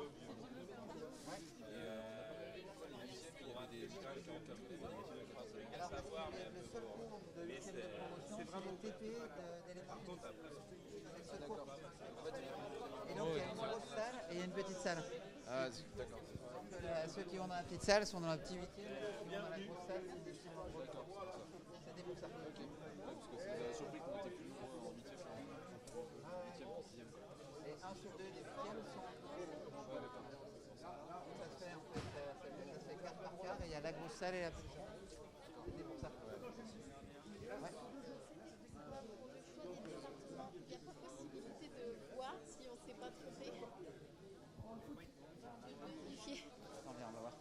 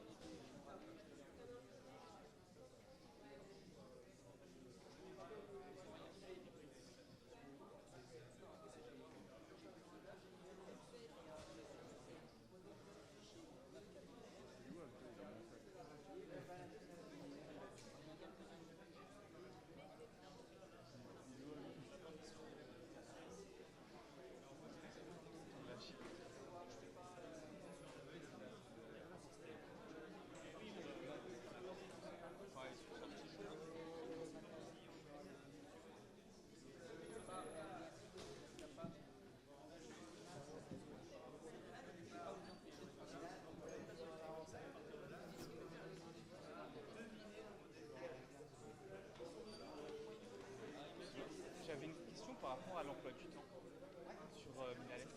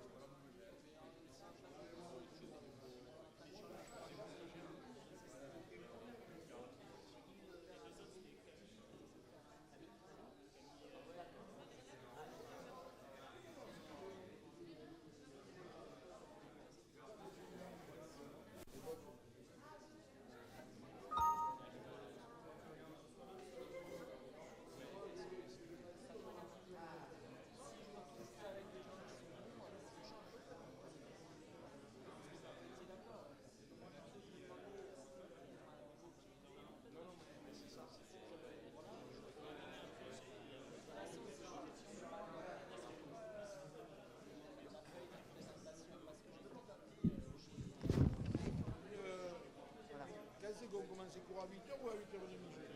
À 8h, je crois. Tu veux 8h30? Non, 8h. Et j'aimerais bien un petit théâtre là-haut pour commencer d'abord où se partira.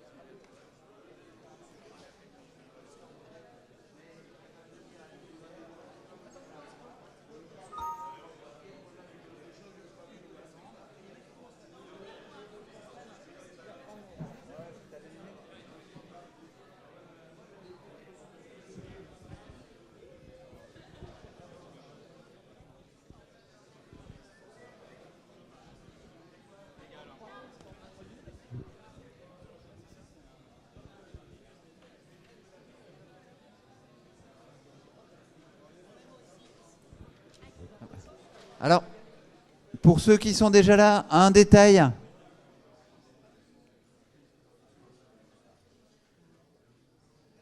J'en profite. Il y a eu des questions sur le module conception mécanique d'étudiants de techno ou choses comme ça qui disaient on a bien aimé, on aimerait bien continuer.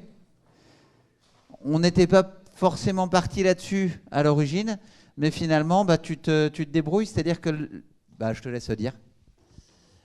En fait, ce qui se passe, c'est que en troisième année, il y avait un cours où on modélisait un système à un niveau nettement au-dessus de ce que vous avez fait, ceux qui étaient en CMI avec moi. Ce cours, il a plus ou moins disparu, ou en tout cas, il s'est fait aspirer dans un module qui est beaucoup plus porté sur le design. Donc c'est sympa aussi, moi j'aime beaucoup, mais ça veut dire que le cours version poussée, il n'existe plus. Donc ceux qui seraient très motivés pour faire quelque chose à un niveau très élevé, et bien finalement, pourquoi pas? Mais ça veut dire qu'il faut qu'ils soient autonomes et partant pour le faire de façon à ne pas empêcher ceux qui n'ont jamais vraiment fait de modélisation de pouvoir aussi avoir un cours. Ce qui ferait un cours à 2 vitesses, je ne sais pas encore comment je vais gérer, mais bon, ça c'est mon problème à la limite. Je pense que je suis capable de le faire actuellement. Du coup, ça veut dire que ceux qui voudraient un cours niveau plus, je les accueille avec plaisir. Ça veut dire qu'ils iraient utiliser, enfin ils iraient à un niveau où j'attendrai une maquette effective à la fin, c'est-à-dire quelque chose qui fonctionne.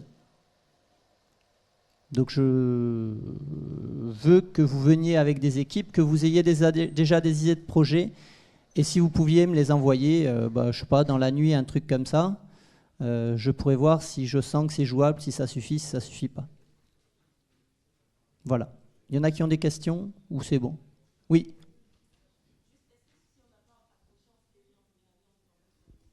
C'était l'idée du cours au départ. L'idée du cours, c'est de vous faire raccrocher parce que le contenu de la CMI, c'est finalement assez calculatoire et c'est pas forcément ce qu'on attend aujourd'hui en modélisation. Je vous ferai pas faire beaucoup de calculs. Juste du bon sens, mais pas beaucoup de calculs. D'autres questions?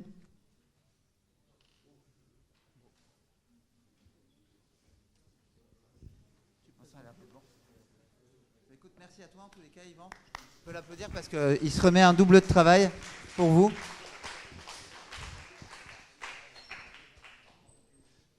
Alors, sur le module O, on attend Marc Vin, Chanjoanet était indisponible aujourd'hui pour des raisons supérieures. Peut-être quelques mots sur ce module O, si... Voilà, super.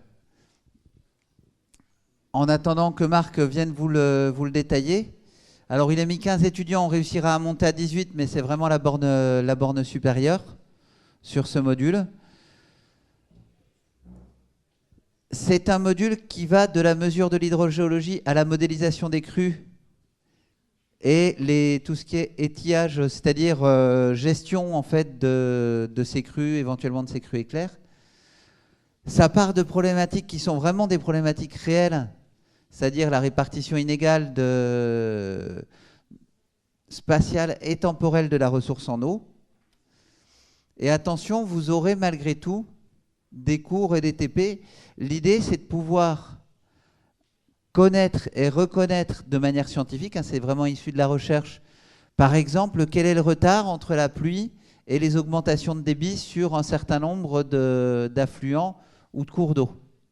Donc ça va vous obliger à savoir traiter les données, savoir traiter les données en grand nombre, savoir récupérer des choses sous Excel, optimiser, diminuer le nombre de données, tout en restant significatif. Ça ressemble un peu à Vision sur certains points. Ou savoir en fait, alors est-ce que vous savez ce que c'est qu'un aquifère? Ok, super. Donc au travers de toutes ces mesures qui sont faites de manière scientifique, en fait savoir quelle est la capacité de stockage, quel est le filtrage des pluies qui est effectué, ne serait-ce qu'en sachant quel est le délai qui va se produire entre en fait les pluies et l'augmentation des débits. Donc vous voyez, sur les outils, on a quand même des outils scientifiques assez fins sur en fait, toutes les données. Et on part d'exemples réels de données en fait, de pluviométrie, de données de mesure de débit sur un certain nombre d'aquifères. Alors c'est beaucoup des aquifères autour de Montpellier qui ont été mesurés dans le cadre de la recherche. Et vous voyez, on part d'études de cas concrètes, des crues éclairant dans les Cévennes, dans les aquifères du Lez et de là, pour aller modéliser et essayer de comprendre un petit peu mieux ces phénomènes. Donc ça prendra un certain nombre de choses. Vous voyez qu'il y a aussi des cours TD sur des calculs sur tableur, c'est-à-dire de l'optimisation aussi de données, parce que parfois vous avez beaucoup trop de données sur le tableur, pour voir en fait si les lois et les méthodes usuelles en hydrogéologie sont valides. Pour introduire, alors là je vais peut-être attendre remarque sur tout ça, mais vous allez retrouver des choses que vous aviez. Le test du Qui2, ça vous parle? Donc l'ajustement de loi et tous ces phénomènes statistiques vont être utilisés dans le domaine et dans le cadre de cette UE. Donc c'est bien une UE qui parle d'eau. C'est une UE qui va aussi vous amener à utiliser des mathématiques sur un exemple concret. Alors j'en parle et j'insiste un peu lourdement là-dessus parce que l'année dernière, les élèves qui l'avaient choisi, c'était parfois un peu trompés. Ils croyaient qu'ils allaient faire des sorties, des TP terrain, des choses comme ça. Oui, il y a des sorties, il y a des études de cas concrets, mais il y a aussi donc du travail sur des données et puis savoir se débrouiller. Toutes les solutions ne vous seront pas données forcément dans le cours. C'est à vous de réfléchir un petit peu sur votre vrai métier d'ingénieur à vous. Comment optimiser, comment trouver les bons outils pour traiter toutes ces données. Donc c'est là où vous aurez quand même des sorties des TP. Alors on parlait de cours de 3 heures, on est en train de regarder. Il y aura peut-être une petite modification des heures de cours et en particulier à l'issue pour ce TP, si vous êtes un peu plus nombreux, des sorties terrain qui se feraient sur un jeudi après-midi. Donc comment mesurer un débit, comment voir, comment établir des lois en fait entre la hauteur d'eau et le débit, comment estimer les débits en crue pour savoir faire ce genre de choses. Donc avec une application sur le terrain, avec les gens des équipes risques qui sont affectés à ce risque de crue. Donc on parlait de modélisation hydrogéologique, vous voyez un certain nombre de choses et un certain nombre d'exemples où on va corréler, essayer de voir de quelle manière en fait on a des choses. Et est-ce que les modèles qu'on est capable de mettre en œuvre qui vont nous prédire les crues ou ces crues éclairs sont efficaces? Alors pour mémoire, Anne Joannet qui pilote cette UE donc a réalisé un certain nombre d'études et on vous avait parlé, je crois, dans l'UE mathématiques, on retombe un peu dans la même chose, de réseaux de neurones.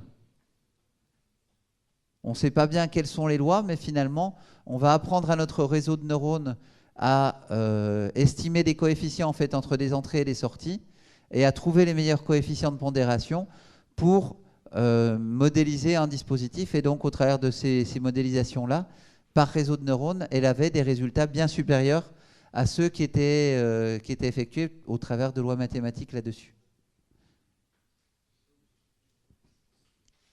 Donc là, vous aurez aussi du travail sur une base de données, du traitement, de l'évaluation des résultats. Alors, sur cette UE, quelles seront les méthodes pédagogiques, hein? Il y aura bien des cours TD, 5 séances sur les thèmes qui ont été donnés. Il y aura bien 1 ou 2 sorties terrain, on est en train de finaliser sur l'hydrométrie, sur les phénomènes hydrologiques, les crues, les karstes, ça vous parle aussi? Les trous dans le calcaire, en gros. C'est ça, hein? C'est des gros trous, voilà. Et des fissurations qui font qu'il y a des réserves, des réservoirs. Et donc, il y a un projet sur 4 séances de modélisation hydrologique pour voir de quelle manière se comporte le dispositif. Oui, je crois que finalement, je vais faire la présentation seule parce que je vois que la personne qui devait venir en secours, 45 derniers délais, n'est toujours pas là. Elle arrivera peut-être pour répondre à vos questions si vous avez... J'ai essayé de l'appeler, là je ne l'ai pas eu. Elle était en soutenance. Marc Vinche. Mais je ne sais pas si elle viendra. Est-ce que vous avez des questions? Alors peut-être qu'on peut répondre à un certain nombre de questions et les autres peuvent revenir à Marc Vinche. C'est bon pour tout le monde pour cette UE? Donc on se base sur des phénomènes naturels, bien entendu. Il y aura des sorties terrain, mais il y aura aussi sur cette UEO beaucoup d'applications numériques et de traitement de données, finalement, que vous avez déjà fait en maths, mais qu'il va falloir savoir faire avec des données qui ne seront pas forcément toujours bien en forme comme vous voudriez, et du pas tout à fait aussi pré-mâché que dans les TP que vous aviez. Ça va pour tout le monde? Je vous libère à partir de là, vous avez tous les éléments. Donc attention hein, pour tout le monde, c'est parti, rendez-vous, demain les premiers cours commencent. Vous serez principalement par demi-promotion parce qu'à tous vous faites 232 élèves, donc ça rentre plus. Hein.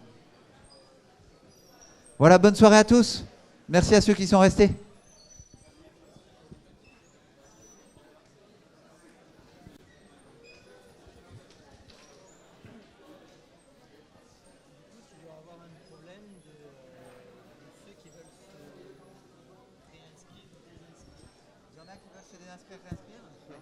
Non, moi je vais parler du stage. Ouais. Qui va arriver. Je sais pas comment tu peux le gérer. Ça va être les représentants de promo qui vont gérer. Si c'est immédiatement, je peux en